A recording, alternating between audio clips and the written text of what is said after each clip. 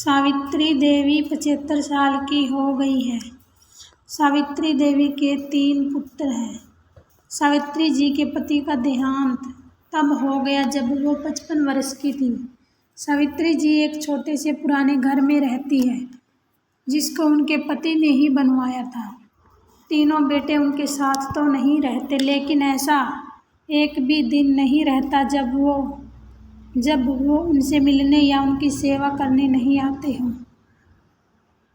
तीनों की पत्नियां भी दिन में आती है, यानी यूं ही समझ लीजिए कि उनका घर कभी खाली नहीं रहता।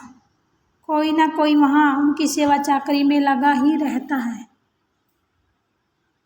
3 बेटों ने अलग अलग अपना घर बना रखा है। सबकी अपनी पर्सनल लाइफ भी है और परेशानियां भी हैं।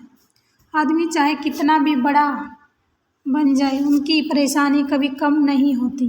अमीर से अमीर इंसान को भी यह परेशानी होती है कि वो अमीर कैसे बना रहे। तीनों बेटों ने कई बार जिद भी की, माँ उनके साथ जाकर वहाँ रहे, लेकिन उन्होंने कहा कि वो यहीं रहेगी, उसी घर में, उन्हें और कहीं नहीं चैन आता। आप ऐसा बिल्कुल मत सोचिए कि यह तीनों बेटे बड़े सुपुत्र हैं, इसलिए यह अपनी माँ की सेवा में लगे रहते हैं। तीनों बेटों को उनसे ज़्यादा प्यार या लगाव की असली वजह कुछ और है। वजह है उनकी माँ का एक बड़ा सा संदूक, एक बड़ा लकड़ी का संदूक जिस पर ताला लगा है। यह संदूक इनके जीवन में बहुत अहम भूमिका रखता है। इस संदूक के अंदर क्या है और कितना है, ना तो इन तीनों बेटों को पता है, ना ही इनकी पत्नियों को। बस जब से पिताजी गए हैं, माताजी को इस संदूक की रक्षा करते देखा है, इसलिए इन सभी ने अपने अपने अनुमान लगा रखे हैं। ना ही अनुमान, बल्कि इन्होंने तो एक आस लगा रखी है कि इस संदूक के खुलते ही यह क्या क्या करने वाले हैं। सावित्री जी उस संदूक को छोड़कर कभी नहीं जाती। कभी जाती भी तो अपने कमरे में बड़ा सा ताला लगाकर ही बाहर निकलती। वो सिर्फ थोड़ी देर में ही वापस आ जाती। तीनों बेटों और उनकी पत्नी की उस संदूक पर नज़र ना जाने कब से है।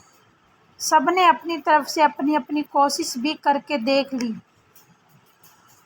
माँ को अपने साथ अपने घर ले जाने की, ताकि माँ के साथ उनका संदूक भी वहाँ से हिल सके। और फिर जाहिर सी बात है, जिसके घर में माँ रहेगी उसका संदूक। लेकिन सभी एक दूसरे की काट करते हैं। इसकी कृपा है कि माँ के आगे पीछे माँ जी करते ना सिर्फ बेटे बल्कि बहुएं भी चक्कर लगाती रहती हैं। लेकिन सावित्री जी भी भली भांति अपने बेटों को समझती है। वो जानती है कि उनकी इतनी सेवा क्यों हो रही है।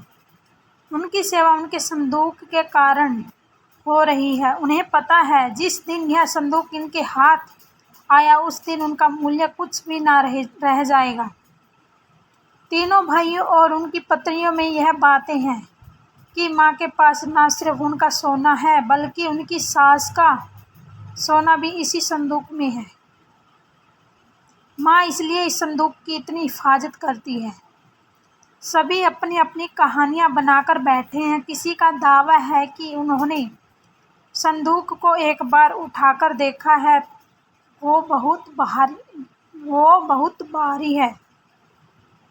माँ के कमरे में इन बहुओं ने कई बार सफाई के बहाने संदूक के पास जाने की कोशिश की, लेकिन माँ जी ने उन्हें बार बार टोका और कहा कि इस संदूक से अभी दूर रहो। समय आने पर इस संदूक में क्या है तुम्हें अपने आप ही पता चल जाएगा।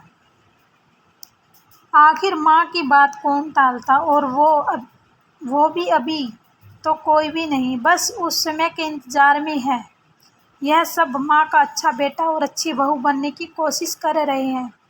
रात में कोई ना कोई माँ के घर में ज़रूर रुकता, लेकिन माँ जी उसे अपने कमरे में सोने नहीं देती थी। इसी तरह सावित्री जी ने इस संदूक के सहारे 20 साल निकाल दिए। एक दिन माँ जी की तबीयत खराब हो गई। अक्सर जब तबीयत बिगड़ जाया करती थी तब उनके बेटे उन्हें अस्पताल ले जाने का कहते थे, लेकिन वो उसके लिए भी राजी नहीं होती थी। वो कहती थी कि डॉक्टर को यहीं बुलवा लो, उनके बेटे ऐसा ही करते थे। इस बार जब उनकी तबीयत खराब हुई तो डॉक्टर ने कहा कि उन्हें अस्पताल में एडमिट करना ही होगा, वरना उनकी हालत खराब हो सकती है और फिर उम्र भी बढ़ती जा रही है। आखिर कब तक यह शरीर साथ देगा? डॉक्टर के यह जवाब देने पर तीनों भाइयों को दुख से ज़्यादा उत्साह दिखाई दिया। उनकी पत्नियों की आंखों की चमक साफ दिखाई दे रही थी। सावित्री ने उन्हें कमरे के बाहर फुसफुस करते सुना। तीनों इस बात पर चर्चा कर रहे थे कि माँ के जाने के बाद संदूक में जो भी है वो आपस में बांटा जाएगा, सबको बराबर बराबर मिलेगा। सावित्री जी ने जब यह सुना तो अंदाज़ा लग गया कि अब समय हो गया है इन सबको यह बताने का कि आखिर इस संदूक में है क्या। उन्होंने आवाज़ लगाकर अपने तीनों बेटों और बहू को अंदर बुलाया। सबने आते ही कहा, माँ, अस्पताल चलते हैं, आप वहाँ जाकर ही ठीक होंगी। माँ ने कहा कि पहले वो जान लो जिसके लिए तुम सब इतने सालों से चक्कर लगा रहे हो, उसके बाद तुम्हारी मर्जी। इस संदूक में तुम तीनों के लिए मेरे पास कुछ है जो मैं तुम्हें आज देना चाहती हूँ। माँ ने अपने तकिए के नीचे से एक चाबी निकाली और धीरे से खड़ी होकर संदूक को खोलने के लिए नीचे झुकी। वहाँ खड़े सभी बेटे और बहुओं की धड़कनें तेज थी। आज उनके बरसों का इंतजार खत्म हो रहा था। माँ ने संदूक खोला। संदूक में 3 अलग अलग कपड़ों में लपेटकर कुछ रखा हुआ था। उनकी आंखें बड़ी आश्चर्य के साथ उस संदूक की ओर ही थी। माँ ने कपड़े में लपेटा हुआ सामान आकर उठाने को कहा। तीनों बेटों ने एक एक सामान उठा लिया और उसे खोल कर देखा। कपड़ा खुलते ही कमरे में मौजूद हर एक इंसान का मुंह फटा का फटा रह गया।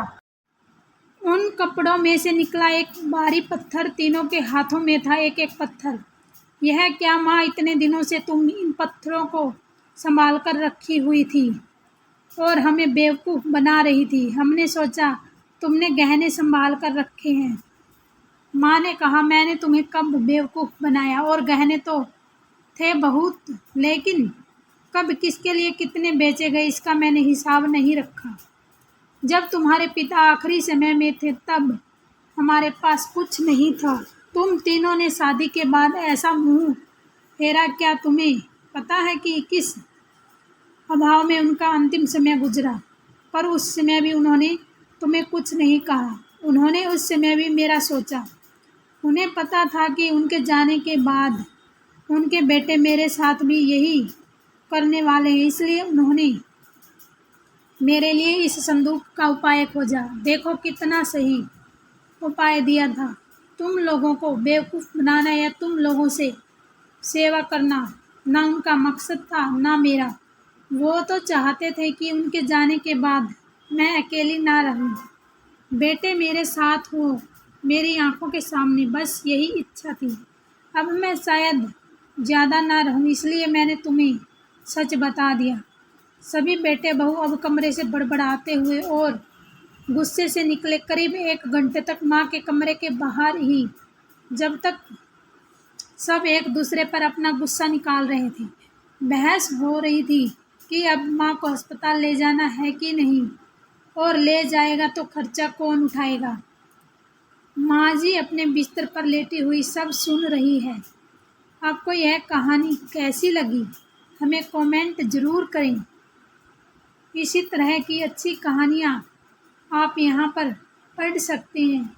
यहाँ उपस्थित शिक्षाप्रद कहानियाँ आपका मनोरंजन करने के साथ दिशा भी देंगी। तो बने रहिए हमारे साथ और हमारे प्रयास को सफल बनाएं। हमें सब्सक्राइब करें, लाइक करें, शेयर करें। Thank you, bye bye.